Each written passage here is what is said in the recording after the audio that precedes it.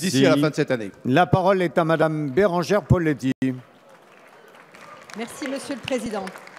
Monsieur le Premier ministre, l'agriculture française était leader en Europe. Nous avons désormais reculé à la 3e place pour les exportations européennes. La compétitivité de notre agriculture est très faible comparée à celle de nos voisins. Nos agriculteurs meurent en silence parce qu'à l'inverse des autres pays d'Europe, les charges pèsent plus lourdement sur eux, les contraintes sanitaires, environnementales, économiques qu'on leur impose sont plus lourdes. Près de la moitié de nos éleveurs sont dans le rouge. Dans ce contexte déjà très difficile, un projet d'arrêté interministériel envisagerait de durcir drastiquement les règles d'application des produits phytosanitaires. On élargirait les zones concernées de manière extrêmement importante. Ces zones ne se limiteraient plus aux abords des points d'eau, mais le long des fossés, le long des forêts, le long des bosquets, le long des landes, le long des zones non cultivées adjacentes.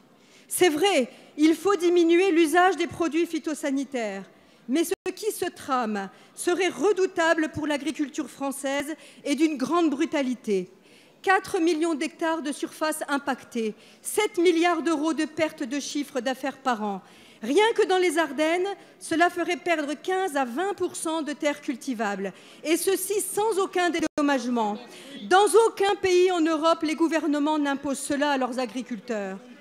Les mesures agro-environnementales et climatiques sont un outil intéressant, incitatif, pédagogique pour aboutir à cette transition écologique nécessaire. Cependant, tous les agriculteurs n'y ont pas accès. Les aides MAE de 2016 n'ont d'ailleurs pas été intégralement versées. Aussi, Monsieur le Premier ministre, pour ce sujet, qui est un sujet agricole, environnemental et sanitaire, et l'objet de réunions interministérielles actuellement, quand permettrez-vous à nos agriculteurs de travailler dans les mêmes conditions que nos collègues européens? Merci. La parole est à Monsieur Stéphane Le Foll, ministre de l'Agriculture, de l'Agroalimentaire et de la Forêt. Monsieur le Président, Madame la députée, là encore, vous êtes en train de faire un tableau. Je voudrais vous rappeler d'ailleurs que la baisse la plus forte de la place de la France dans les exportations agricoles et agroalimentaires, elle est entre 2008 et 2012. Que depuis un an, je vous le dis au passage, nous avons redressé, augmenté nos exportations et amélioré la balance commerciale. Deuxième point, Madame la députée, pour que les choses soient claires simplement, quand nous sommes arrivés, il y avait autour de 750 millions de baisse de charges pour les agriculteurs. Aujourd'hui, c'est 1,8 milliard. Vous me parlez de la baisse des charges, je vous donne des résultats, les vôtres et les nôtres. Donc il faut être honnête entre nous.